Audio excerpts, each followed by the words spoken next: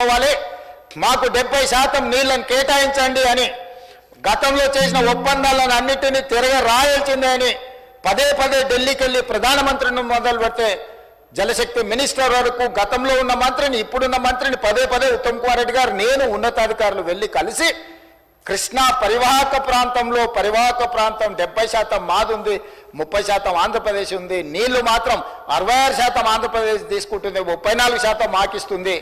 చంద్రశేఖరరావు గారు మా రైతాంగం పట్ల మరణ శాసనం రాసినారు, దీన్ని తిరగరాయండి తోడండి అని కొట్లాడి దాన్ని కేఆర్ఎంబీ నుంచే కాదు సుప్రీంకోర్టు వరకు కొట్లాడింది మేం కాదా అధ్యక్ష? మేం కష్టపడి కొట్లాడి నిరంతరం చేస్తుంటే మీ తప్పిదాలు ఎక్కడ బయట పడతావో అని చెప్పి ముందుకు ముందే ఎగబడి అబద్ధాలు చెప్పి ఎదురు దాడి చేసి ఎంతకాలం బతుకుతారు అధ్యక్ష? ఇవాళ నేను గుర్తు చేయదలుచుకున్న అధ్యక్ష, ఆనాడు తమరుగూడ శాసనసభ 2004లో డాక్టర్ వైఎస్ రాజశేఖర రెడ్డి గారు ముఖ్యమంత్రిగా ఉన్నప్పుడు కడప ఇన్ఛార్జ్ మినిస్టర్ అధ్యక్ష కీర్తిశేషులు నాయన్ నరసింహారెడ్డి గారు కాదా? హరీష్ రావు గారు ఎమ్మెల్యే కాకున్నా మంత్రిగా రాజశేఖర రెడ్డి గారి మంత్రివర్గంలో చేరిన మాట వాస్తవం కాదా? రాజశేఖర రెడ్డి గారి ఆశీర్వాదంతో కేంద్రంలో మంత్రి అయింది చంద్రశేఖరరావు కాదా అధ్యక్ష?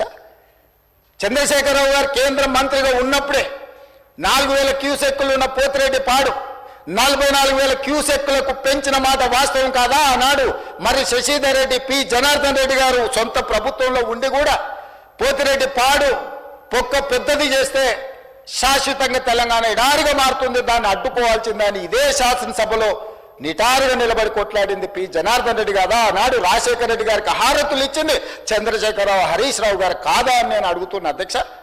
ఆనాడు మంత్రివర్గంలో ఉన్న మీరు, ఆనాడు కడప జిల్లా ఇన్ఛార్జ్ మంత్రిగా ఉన్న నాయన్ నరసింహారెడ్డి గారు, మీరు శాశ్వతంగా తెలంగాణ హక్కులను తాకట్టు పెట్టి తెలంగాణ నిడారిగా మార్చి నా పాలమూరును, నల్లగొండను, రంగారెడ్డి జిల్లాను వలసల జిల్లాలుగా మార్చి ఫ్లోరైడ్ జిల్లాలుగా మార్చి ఈ రైతులను పొట్టన పెట్టుకున్నది మీరు కాదా? మీ నీతి మీ జాతి తెలంగాణ సమాజం మర్చిపోయిందని మీరు అనుకుంటున్నారా? ఆనాడు మేము లేమా ఈ సభలలో? శాసన మండలిలో నేను లేనా? ఇడున్నోళ్ళు చాలా మంది ఆనాడు శాసనసభ్యులు కాదా? శ్రీధర్ బాబు గారు, ఉత్తమ్ కుమార్ రెడ్డి గారు ఆనాడు ఈ సభలో లేరా? వెంకటరెడ్డి గారు లేరా? అధ్యక్ష, ఎవరిని మభ్యపెట్టాలని ఈరోజు మాట్లాడుతున్నారు అధ్యక్ష?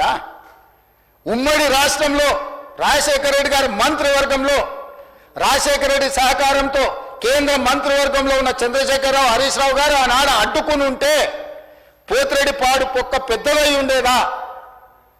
తెలంగాణకు అన్యాయం జరిగి ఉండేదా అని నేను అడుగుతున్నా అధ్యక్ష. అది పక్కన పెట్టండి అధ్యక్ష. కాంగ్రెస్ పార్టీ శ్రీమతి సోనియా గాంధీ గారు ఆనాడు ఆల్ పార్టీ కమిటీలో ఉత్తమ్ కుమార్ రెడ్డి గారు తెలంగాణ తరఫున రిప్రజెంట్ చేసిండ్రు. అఖిల పక్షాన్ని పిలిచినప్పుడు కేంద్ర హోంశాఖ తెలంగాణ రావాలి అని వారు వాదనలు వినిపించిన తర్వాత జూన్ 2, 2014 నాడు తెలంగాణ రాష్ట్రం ఏర్పడ్డ తర్వాత ఆనాడు ఉమ్మడి రాష్ట్రంలో 2011-12లో కిరణ్ కుమార్ రెడ్డి గారి మీద ఒత్తిడి తీసుకొచ్చి పాలమూరు రంగారెడ్డి ఎత్తిపోతల కోసం, సర్వే కోసం, నిధుల కోసం, ప్రాజెక్టుల కోసం ఈరోజు డీకే అరుణ గారు బీజేపీలో ఉండొచ్చు కాక డీకే అరుణ గారు, చిన్నారెడ్డి గారు, మల్లు రవి గారు కొట్లాడి ఆనాడు జీవో దీపించి రోజుకు 2 టీఎంసీల ప్రకారం జూరాల నుంచి నీళ్లు తరలించాలి పాలమూరు రంగారెడ్డి కానీ ప్రాజెక్టును ఆమోదింపజేసింది నిజం కాదా అధ్యక్ష? ఆ రోజు తమరు కూడా ఉన్నారు కదా అధ్యక్ష. తెలంగాణ రాష్ట్రం ఏర్పడ్డ తర్వాత పాలమూరు రంగారెడ్డి ఎత్తిపోతల పథకాన్ని జూరాల నుంచి నీళ్లు తీసుకునే విధానం మీద పెద్దలు చిన్నారెడ్డి గారు ఇదే సభలో మాట్లాడితే చిన్నారెడ్డి గారిని ఏ రకంగా దూషించిండో ఈ సభనే సజీవ సాక్షి. చంద్రశేఖరరావు గారు ఇక్కడనే నిలబడి చిన్నారెడ్డిని అవమానించిన మాట వాస్తవం కాదా? కాంట్రాక్టర్ల కోసం, కమిషన్ల కోసం, లిఫ్టుల కోసం, పంపుల కోసం, మోటార్ల కోసం కక్కుర్తిపడి కాంట్రాక్టర్ ఇచ్చిన కమిషన్ల కోసం జూరాల నుంచి తీసుకోవాల్సిన నీళ్లను శ్రీశైలం బ్యాక్ వాటర్స్ కు తరలించడంతో ప్రాజెక్టు వ్యయం 16,000 నుంచి 35,000 కోట్లకు పెరగడమే కాకుండా 100 కిలోమీటర్లు పారాల్సిన 175 కిలోమీటర్లు కాలువలు తవ్వాల్సి వచ్చి ఈ రోజు 60,000 కోట్లకు అంచనాలు పెరిగినాయి అధ్యక్ష.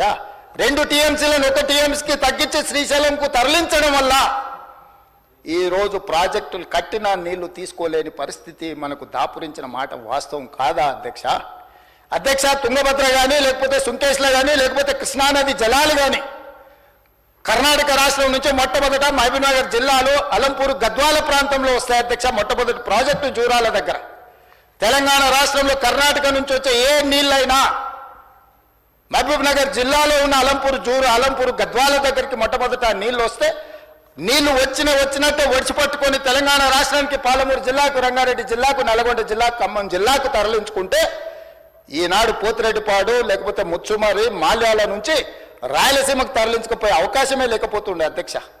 మహబూబ్ నగర్ జిల్లాలో కర్ణాటక నుంచి ఎంటర్ అయిన నీళ్లు ఈరోజు తిరిగి మళ్ళీ రాయలసీమ పోయి మళ్ళీ వెనక్కొచ్చి మళ్ళీ శ్రీశైలంకి వచ్చినప్పుడు ఒకవైపు రాయలసీమ ఇంకొక వైపు మహబూబ్ నగర్ ఉంటే మొత్తం కల్వకుర్తి లేకపోతే పాలమూరు, రంగారెడ్డి అన్ని ప్రాజెక్టులు కలిపితే కూడా రోజుకు 2 టీఎంసీలు తీసుకునే కెపాసిటీ మన ప్రాజెక్టులలో లేదు. ఇవాళ ఎస్ఎల్బీసీ ఆనాడు రాజశేఖర రెడ్డి గారు ఉన్నప్పుడు ఫ్లోరైడ్ జిల్లా అయిన నల్గొండ జిల్లాకు 3,60,000 ఎకరాలకు గ్రావిటీతో నీళ్లు ఇవ్వాలని ఎస్ఎల్బీసీ ఆనాడు 2,000 కోట్లతో ప్రారంభిస్తే ఆనాడు దాదాపుగా 20 పైగా కిలోమీటర్లు ఉమ్మడి రాష్ట్రంలో టన్నెల్ తవ్వుతే నువ్వు తెలంగాణ వచ్చిన తర్వాత 4 ఏళ్లలో పూర్తి చేయాల్సిన ప్రాజెక్టును 10 ఏళ్ళైనా పూర్తి చేయక 10 కిలోమీటర్లు పక్కన పెట్టి ఈరోజు శాశ్వతంగా నల్గొండ జిల్లాను ఫ్లోరైడ్లో ముంచి అక్కడి రైతుల చావులకు కారణం నువ్వు. ఆ ప్రాజెక్టు పూర్తి చేస్తే ఎవ్రీ డే 4,000 క్యూసెక్కులు నీళ్లు తీసుకపోతే గ్రావిటీతోనే రూపాయి ఖర్చు కూడా లిఫ్టుల మీద పెట్టాల్సిన అవసరం లేకుండా ప్రాజెక్టు కంప్లీట్ అయి ఉండేది అధ్యక్ష. ఇవాళ జరిగిన ఎస్ఎల్బీసీ ప్రమాదానికి ఆ 8 మంది చావులకు నువ్వు కారణం కాదా? వాటి వివరాలు నేను మళ్ళీ చెప్తా అధ్యక్ష.